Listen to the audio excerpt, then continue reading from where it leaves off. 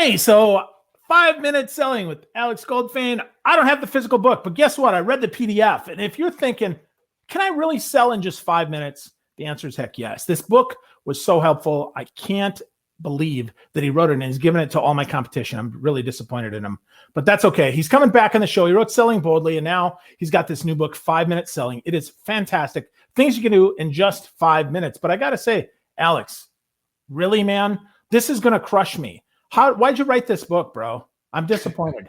You should have just told me this book. Well, it's great to talk with you again, Phil. I appreciate the fact that you put on yellow glasses from a yellow book, right? That's it, right? That worked out well. Wiley's going to appreciate that as well. So thanks for doing that. Sure. Great to be with you again. We've talked a couple times before for the last two books, ironically, for Selling Boldly and then for the Revenue Growth Habit, which I think are up over your left shoulder there. I think I can see them from a distance. So thank you. Sure. So listen, 5 minute selling is about growing sales in 5 combined proactive minutes a day. So give me 5 total minutes during the day of, did you know I can also help you with this product or this service? With asking for the business, right? When can I expect that signed proposal to come back in? 5 minutes of asking for a referral, of following up on a quote or a proposal. Now, each of these things are 3 to 5 second activities. I'm saying, give me 5 combined minutes. And yes, also of picking up the phone and making some phone calls. And if you can do that for 5 minutes a day, which is 25 minutes a week, you can and will grow your sales dramatically. That's simple. That's so simple. And yet it's so brilliant because we spend so much time selling as not selling, right? We do non-revenue producing activities. We do the email, we check social media, we get this done, we get that done, and we don't actually sell. So 25 more minutes a week of sales, less than half an hour to make more sales. Boy, that seems like a good investment to me. So why so much? I mean, I know there's going to be resistance to this. I know people are going to say, I just don't have the time. So why so much resistance to this, Alex? Why don't let's do it? Either that resistance, I don't have the time, or the resistance of, come on, man, in 5 minutes, I'm not going to sell more in 5 minutes, right? So well, you're right. We'll have both resistances there.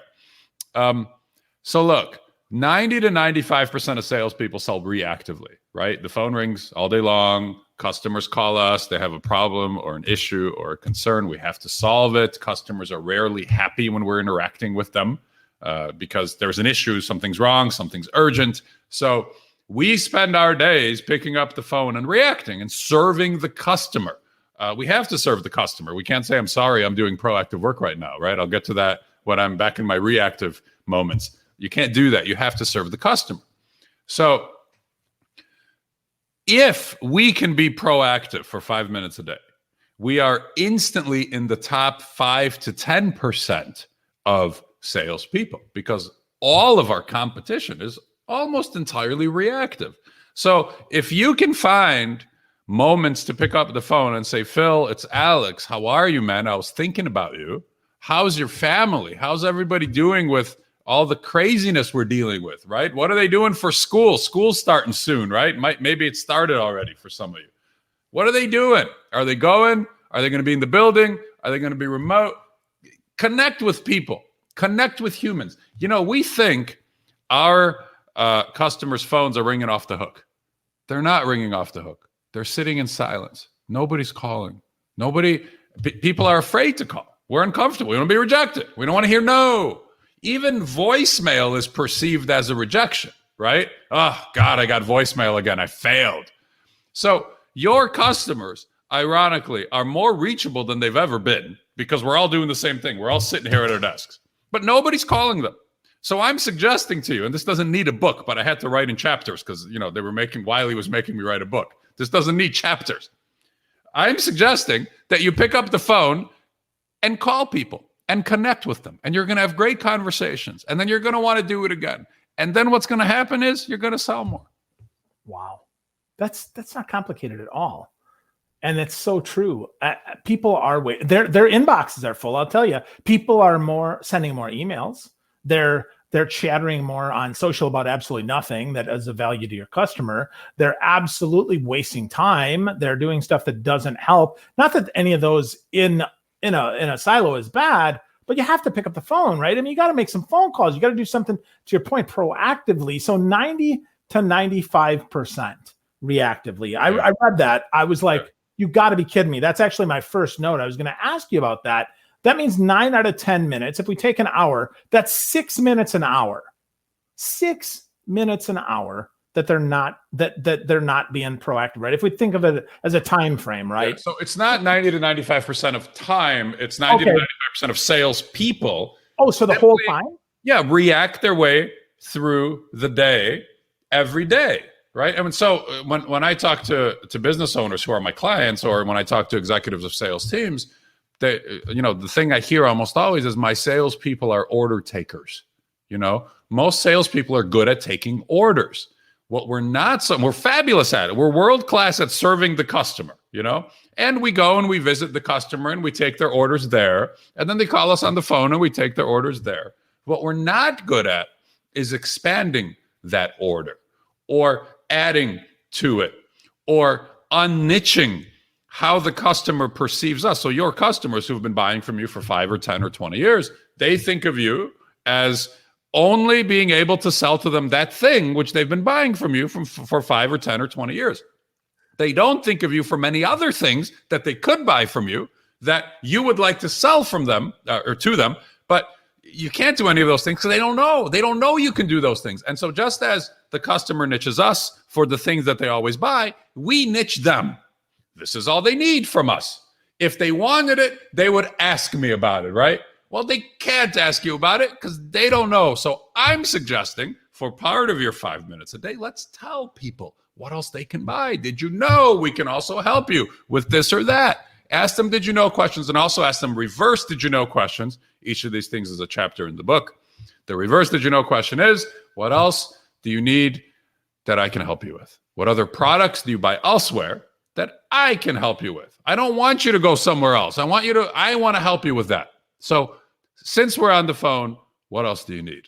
And if we ask them these things, they're going to tell us. Actually, if you ask a customer what they need, they actually will tell you. They won't tell you, Phil, nobody will tell you, no, I don't want you to make my life easier today, right? Nobody's going to tell us that. They're going to say, yeah, I want you to help me, right? Nobody wants to remember to have to call somebody else. Let me take the remembering off your plate, right? So you don't have to think about it again. We're talking now. Let me help you now. 5 minutes a day of that can make you a lot of money. Wow. Did you know that we do this? Very complicated stuff, right? Wow. High tech and complicated. That's tough, right? Listen, So, yeah. The key is we have to do that in system. The system is the key. So, but that's why 5 minute selling. It's a system. I have a chapter really early on in the book that's called "This Book is a System." Right? That's the title of the chapter. So, and then in that chapter it says, "I don't want you to read this book. I want you to do this book." We've got to do 5 minutes a day in system, which means not when you happen to think about it, but all the time, consistently, over time. When you pick up the phone once in a while, when you happen to think about it, right? When it happens to occur to you, that's a one-off action, right? It's fleeting. It's a snowflake that falls to the ground and melts. And I have this at the beginning of the book. But when you pick up the phone 3 or 4 times a day, and you're going to leave voice messages most of the time, right? So that's a 30-second effort. When you pick up the phone, let's call it 3 times a day to make a proactive outbound call when nothing's wrong. Not when there's a fire to put out, but when nothing's wrong. And you make that call 3 times a day. That's 15 calls a week. That's 60 calls a month. And that's, if my math is right, 720 calls a year. If you make 720 calls to customers and prospects and say, Phil, how are you? I was thinking about you. How's your family? And by the way, what are you working on these days that I can help you with? 720 like that? How can sales not grow? Sales are guaranteed to grow if you make those kinds of proactive phone calls. So in system like that, it's not a snowflake that falls to the ground and melts. It's a freaking blizzard, isn't it? It's a blizzard of activity, of being present, of communicating that you're interested, and of new sales, because that will lead to more business. Yeah, absolutely. Working in the system is key. People often ask, so what's the best sales system? My answer, it's the one that you're actually going to do. It's the one that you're actually going to put in the time, make the time and do it. And it should be, to your point, and I love you saying this, it is all about being proactive. Nothing is wrong. I'm not in customer service. I'm not calling to tell you your router's broken, your tractor's getting repaired. I'm calling you, to your point, let's make a connection first. Let's talk about how things are. And then let's talk about, hey, did you know this? Or what else can I help with? Simple stuff. That's not that hard. I love your math, though. In the book, you talk about 1 out of 5. So 20% eventually leads to sales. 1 out of 5 eventually leads to sales. 1 out of 5, did you know questions closes. Right.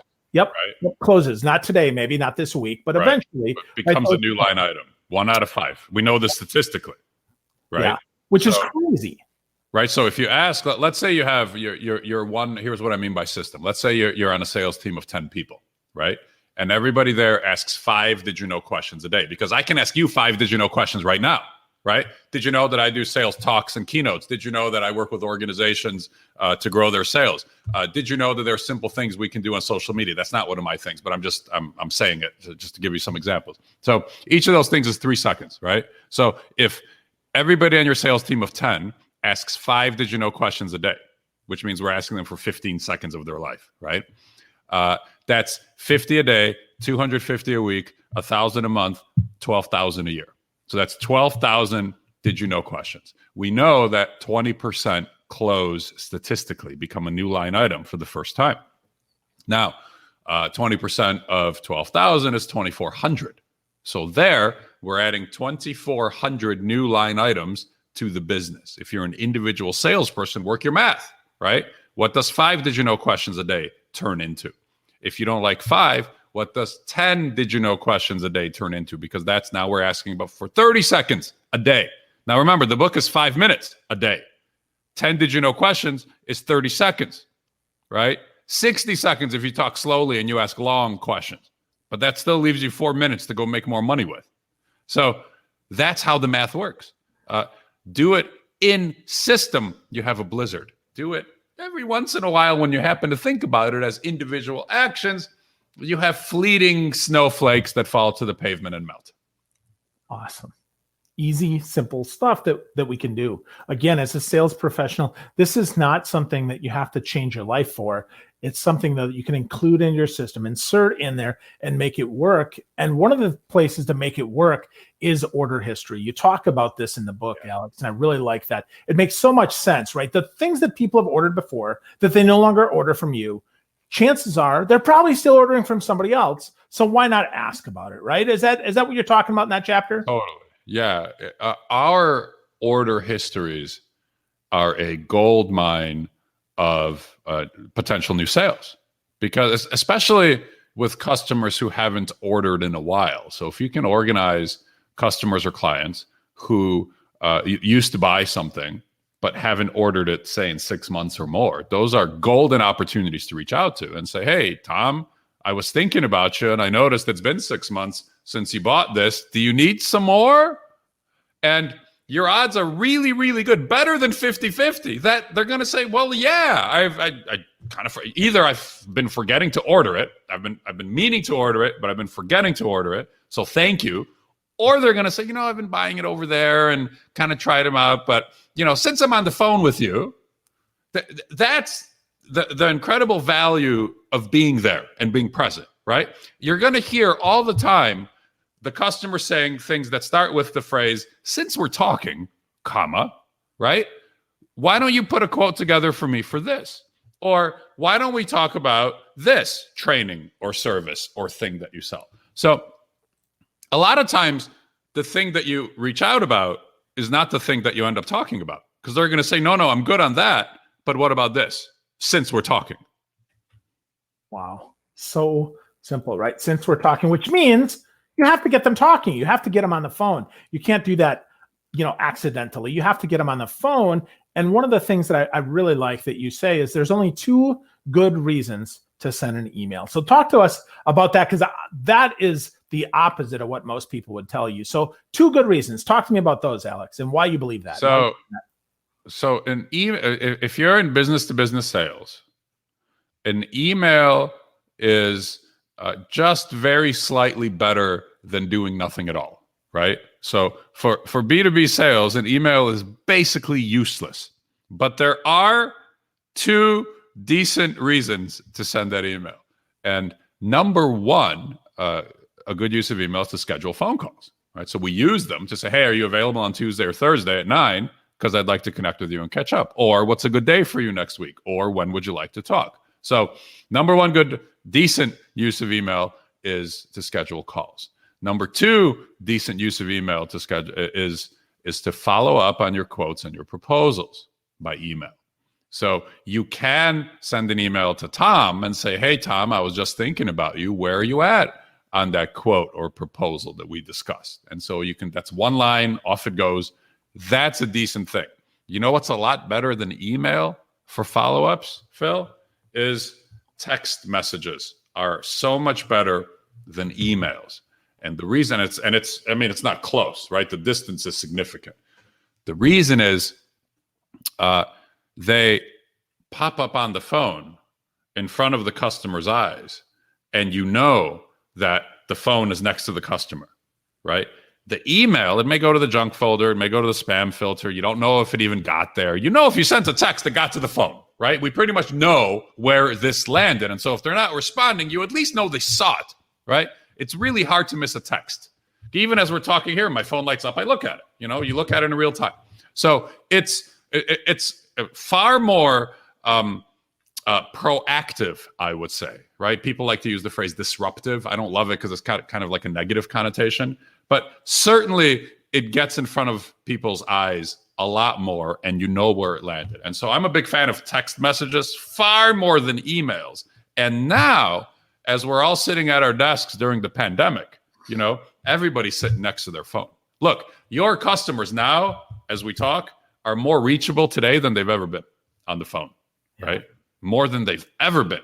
Nobody's running around. Nobody's got meetings in person anyway. We've got Zoom meetings, but we don't have in-person meetings. Nobody's traveling anywhere. Nobody's flying anywhere. You know, I used to, I don't know, spend 2-3 days a week on the road. I don't. We're all doing the same thing now, Phil. We're all sitting here at our desks, right? That was mine that you heard. So our customers are more reachable than ever. And ironically, almost tragically, worse than ironically, tragically, they're more reachable than ever, but we're calling them less than ever. Nobody's calling them. Their phones are silent, you know? And I've probably heard dozens of times, Phil, clients say to me, when they called their customers told them some version of, gosh, your competition must not care because you're the only one calling. They're not calling. You're the only one calling me. You must be the only one who cares. Guess who's going to get the business?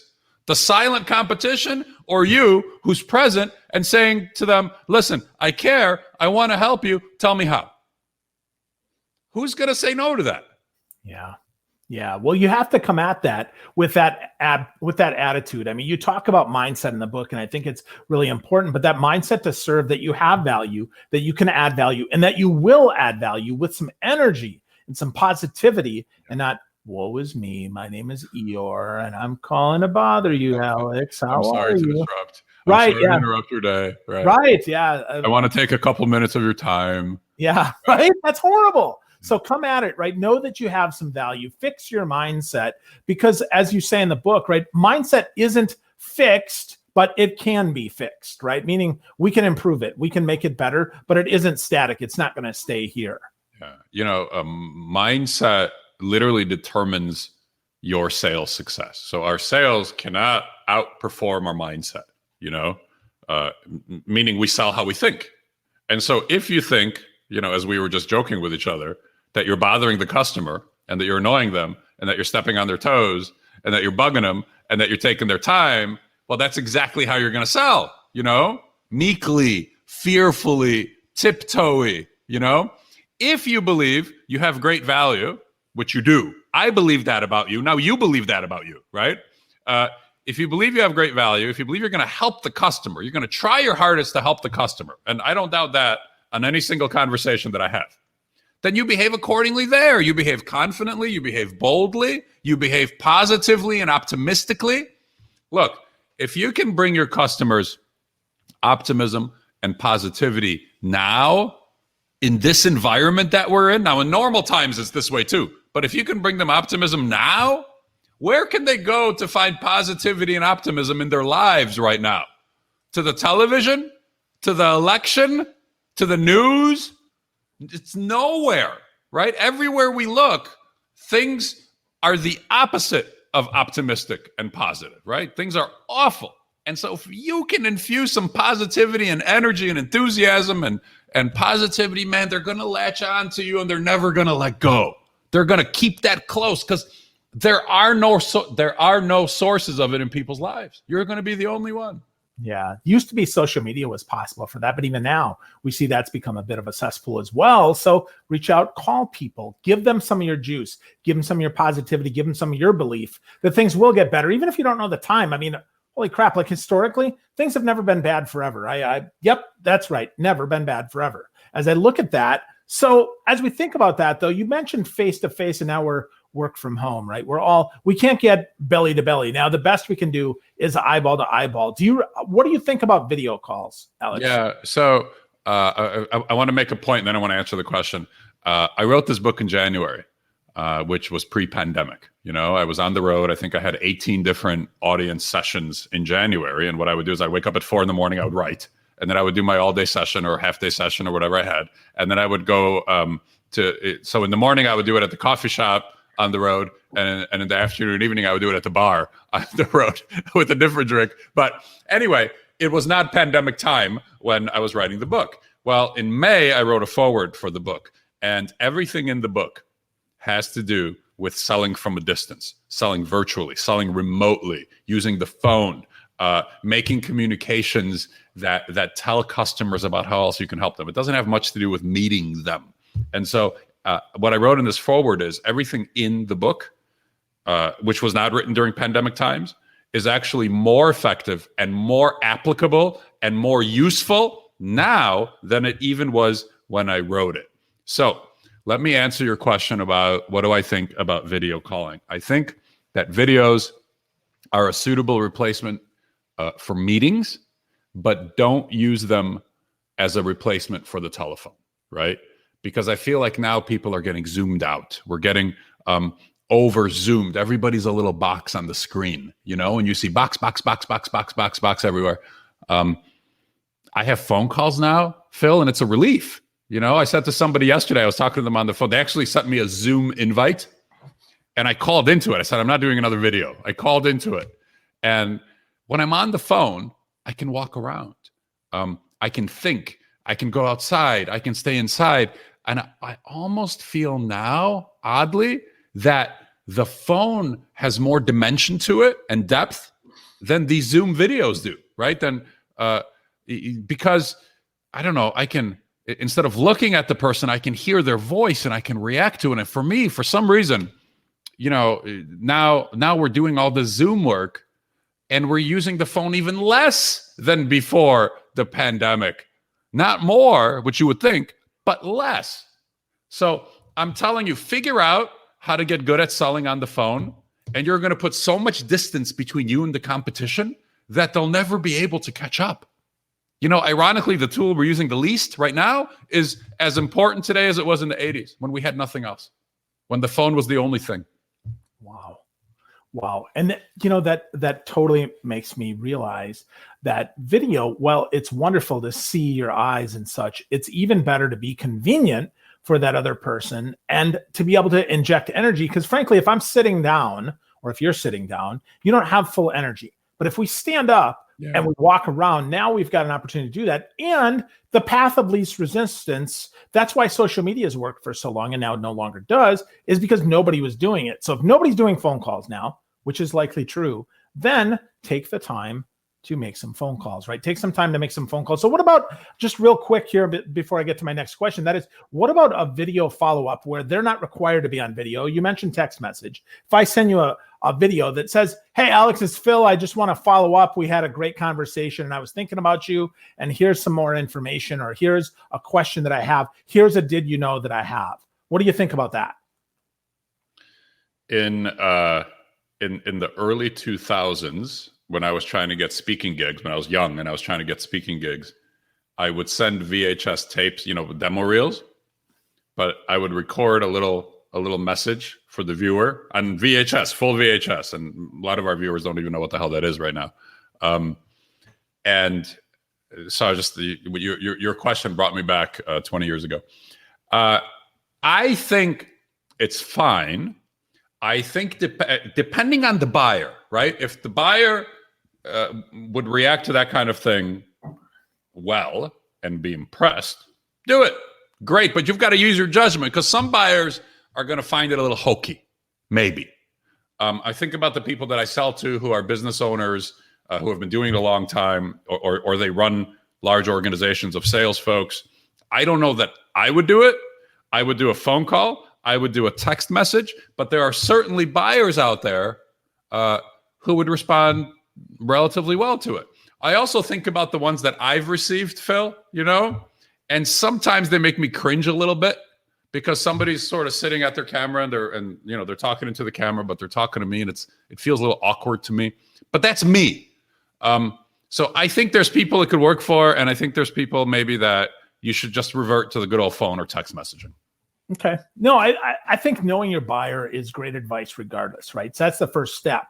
Understand your buyer. Know if, to your point, it will be an intrusion, or if it's just your belief that it'll be an intrusion. Second, get better, right? Practice it. See if you can get better. See if you can improve. And once you do get good, then use that more if that's what your buyer wants. I think that's solid advice, Alex. So good. So, hey, as we're kind of wrapping up here, I want to get back to your talk about the system, because I think that's so central to your book, 5 Minute Selling. I think it's so important that we talk about that. So talk a little bit more about kind of that snowball effect, if you will, of the 5 minute selling system and why it's so effective over time, and then how to get started with it. Yeah, I think the system is the thing that most salespeople are missing, a system is nothing more than repeatedly taking action consistently over time. That's all a system is. It's just doing the same things, the right things, consistently over time. And so in 5 Minute Selling, there's 2 planners that you can download from my website. And then there's 2 trackers as well. And so the planners give you a place to lay out who you're going to call. So people to call, customers and prospects. So I'd like you to make your list for the week, at the beginning of the week. And then there's a follow-up planner. So these are pre-quote and proposal opportunities to follow up on, and quotes and proposals to follow up on. Make a list of names that you're going to reach out to this week. And you could do both of those in 10 minutes. You can literally fill them both out together in 10 minutes. And then as you go through your week, I'd like you to track what you're doing, track your activity. And there's an activity tracker, 5 Minute Selling activity tracker, again, available from download when the book launches, August 24th. Piece of paper where you write down the customer, what did you say, what did they say? So who it is, what did you say? You call to follow up on this proposal. What did they say? Well, they're still thinking they want me to follow up in 2 days or 2 weeks. And you make your list of activities. And that activity list becomes a gold mine of opportunities to follow up on as well, doesn't it? So 2 weeks from now, you go back and you look at your tracker and it's filled in with 15 or 18 different things. Well, you pick up the phone and you start to follow up on those. So that's the system. 2 planners, 2 trackers, 5 minutes a day. At the beginning of the book, Phil, I lay out a 2-week challenge. And the 2-week challenge is give me 5 minutes a day for 2 weeks. And that's 50 minutes, 50, right? Because there's 10 days out of 80 hours of work time. I'm asking for 50 minutes. And you do 5 minutes a day for 2 weeks. You will see new opportunities opened. You will see existing opportunities progressed to a close. And you will see new closes, new money. So the 2-week challenge, it's listed right there on my website. There's even a new Slack group where we can get together and talk about these things for anybody participating. There's no cost for that. All of this is going to be up and ready on August the 24th. And there is no way your sales won't grow if you do these things for just 2 weeks. Absolutely. No, it's a great book, Alex. It's really easy to read. 5 Minute Selling. It's easy to read, but takes time to do. And I really like you say that. And I want to reiterate that this is not a read book. This is a do book. this is an opportunity to create a system or to use a system that's already created for you to blow your sales through the roof. 1 out of 5 did you know, reverse did you know questions ends up converting to a closed won opportunity in time. But you got to work the system. You can't do this accidentally. So folks, go and get a copy of 5 Minute Selling by Alex Goldfayn. It's a great book. It's a gold mine of information that you can use to then build your gold mine of sales. Really great stuff. Alex, thanks so much for spending time with me once again, my friend. It's great to see you. Thank you so much, Phil, for having me on. I'm always grateful for your support, and I appreciate everything. Thank you. Absolutely, my pleasure. So get a copy, folks. Go get 5 Minute Selling today, or rather pre-order it and then get it on the 24th. Have an awesome day. Good selling to you.